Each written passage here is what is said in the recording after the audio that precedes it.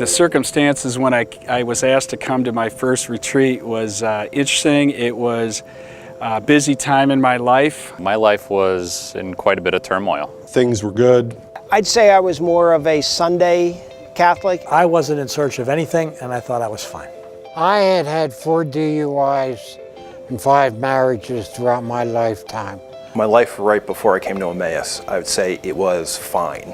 I think deep down I was looking for a more spiritual connection. Are there other people like him that are excited? Because I was looking for people who are excited about their faith. But something about that final request to come to St. Paul's finally made sense to me. And I just really, truly wanted to try something new, something exciting. I had heard about it. A lot of men had asked me to come to it, and I just wanted to experience it for myself. I don't know what I was looking for. They invited me to the retreat, but they were a little bit reticent to tell me what it was all about. I don't know that I knew the questions. I'm not real sure what I was expecting. I was running out of excuses not to say yes. I really didn't know what the retreat was all about. I didn't know what to expect, to tell you the truth.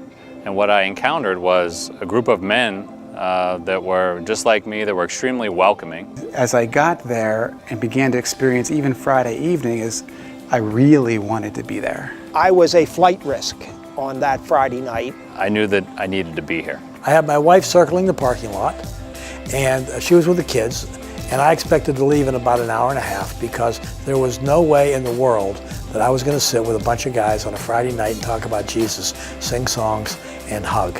So I was out the door.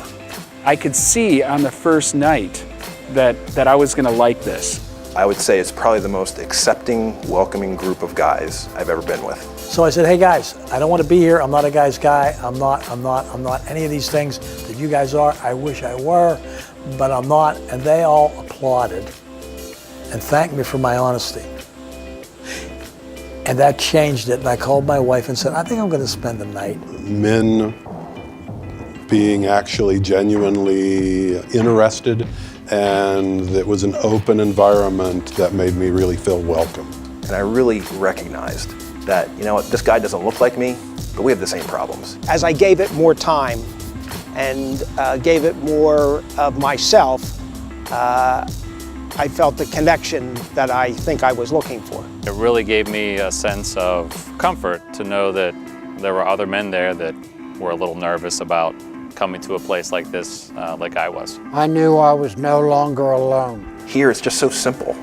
It's just you, your brothers.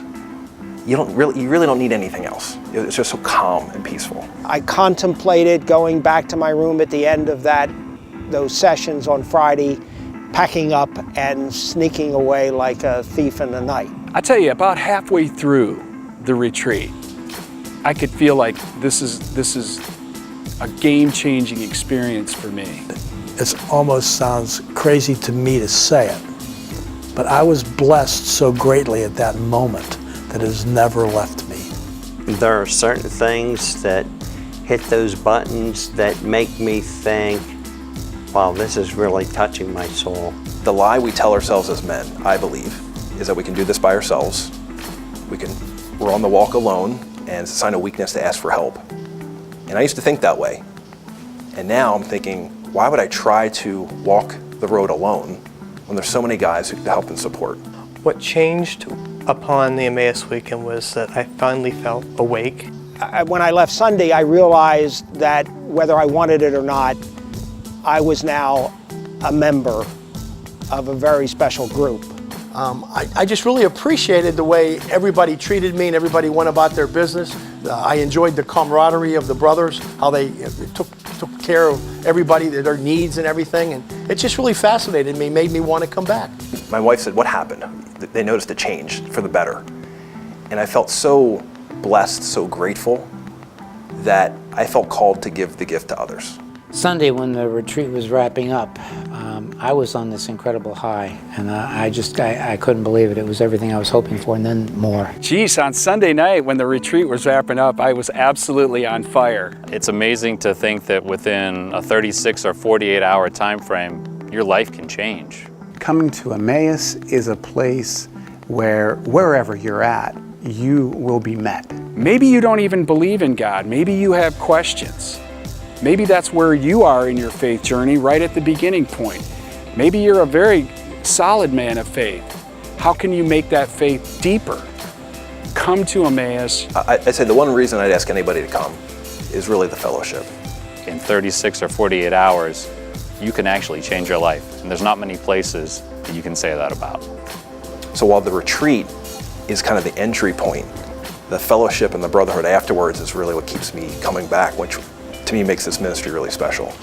There's much to be gained by sticking your head out of the cave or out of that environment. As much as you put in, you get out. I'm still thirsting, I'm still learning, I'm still hungry to go back for more and more. Come and experience this. This is an experience. Why not? Give it a try. What are you missing? What do you have to lose? If you have problems right now that seem overwhelming to you, and you go to an Emmaus retreat, you're going to find other men that have the same problems as you, and you're going to listen to them talk about the solutions that they found through other men and through Christ.